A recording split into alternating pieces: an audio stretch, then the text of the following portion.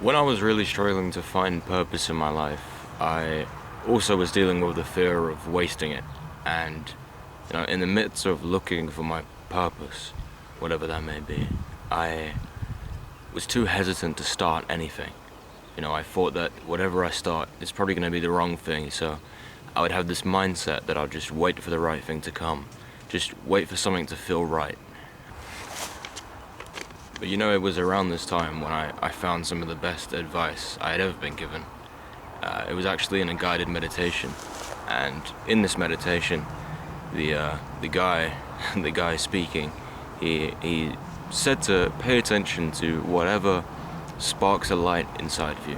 Whatever distracts you from your most vulnerable vices and distractions. Something that can just distract you from your distractions.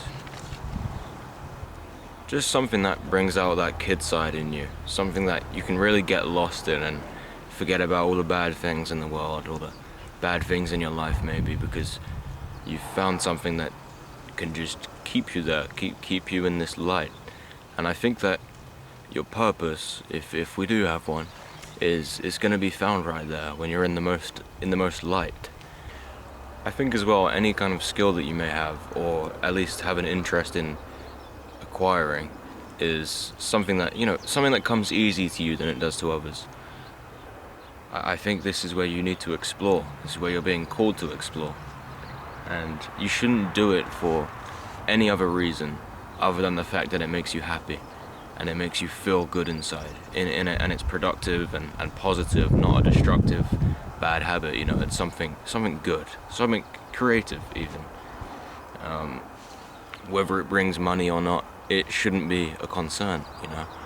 When you start building momentum, you can see how you can start to monetize that maybe.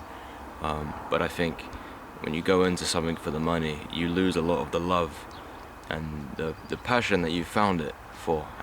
Just remember that whenever you start something new, it's always going to feel good at first until you start to build the momentum, you become more consistent. It will get boring. The boring part is inevitable. But if you can really push through that, you can go far in it. But you should really try and ignore any thoughts that tell you that this could be the wrong thing, or your mind's weighing up all the potential things that could go wrong. You just have to believe in yourself and believe that you can do it, and that it doesn't need to be good. It doesn't need to go anywhere, because at the end of the day, you're doing it because you love it, because you enjoy it. And that should be the only reason,